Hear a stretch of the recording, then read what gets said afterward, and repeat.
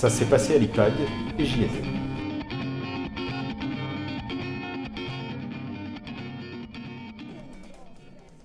La personne qui a le mieux défini ce que nous faisons, c'est un journaliste que j'ai rencontré il y a quelques mois à Rangoon, en Birmanie. La Birmanie, vous savez, c'est cet état dans lequel il y avait une junte ubuesque qui plaçait tous les défenseurs des droits de l'homme et les journalistes dans une cage à chiens. C'était une junte dont le général qui la dirigeait n'appréciait pas le chiffre 10, il aimait le chiffre 9, et donc il avait fait en sorte que les billets de banque qui circulent soient des multiples de 9, c'est-à-dire s'il avait une science économique.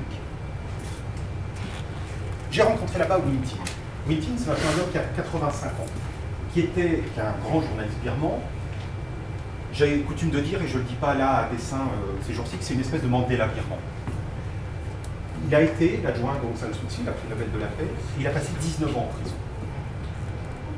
Comme pour Mandela, le pouvoir venait négocier avec lui de temps à autre en lui disant si vous abstenez à votre sortie de faire de la politique, de faire du journalisme, on peut envisager une libération. Il refuse.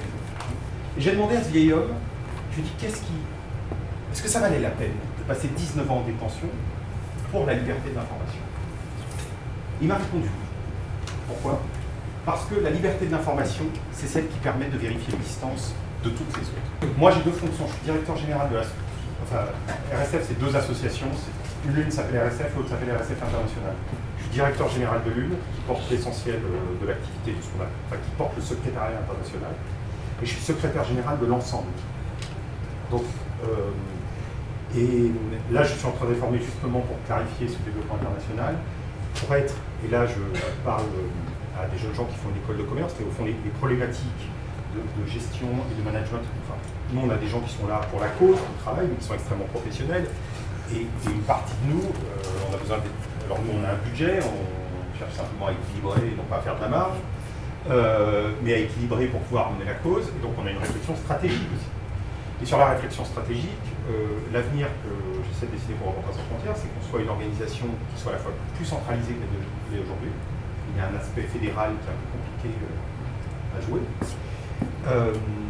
Et plus déconcentré, c'est-à-dire qu'une partie de nos activités peut être à Berlin, une autre à Hong Kong, et de manière à être demain encore plus une grande organisation internationale que nous le sommes aujourd'hui. La capacité des blogueurs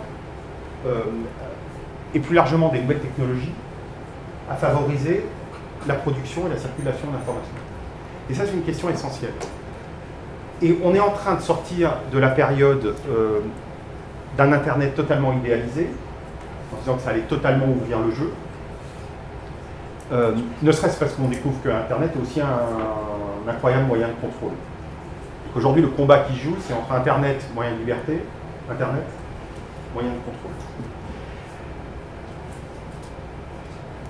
On travaille sur les questions de surveillance pour ça. Franck Larue, qui est le rapporteur spécial de l'ONU sur les questions de liberté d'expression, a dit très clairement dans un rapport en juin dernier que la protection de la vie privée, c'est le corollaire de la liberté d'expression. Et ça s'applique notamment, évidemment, aux professionnels et aux non-professionnels de l'information, qui, s'ils ne peuvent pas agir de manière un peu secrète, parfois pour eux-mêmes, ne pourraient pas protéger leurs sources et ne peuvent pas protéger leurs informations. D'où l'importance, et c'est pour ça qu'on organise des ateliers d'initiation à la sécurité numérique, c'est pour faciliter ce travail. Comme vous savez, vous savez peut-être, dans un certain nombre de pays,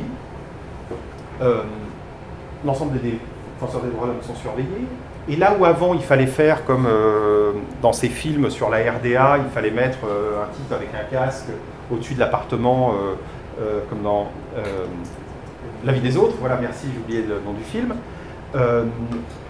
ça demandait, pour des services d'enseignement, énormément de moyens humains pour surveiller des gens. Et donc tout le monde n'était pas les surveiller. Là, les moyens technologiques permettent de surveiller de manière plus systématique. Et nous, on se bat par exemple pour qu'au moins les sociétés européennes qui produisent des logiciels ne puissent pas les vendre à des pays où ils sont utilisés à mauvais escient.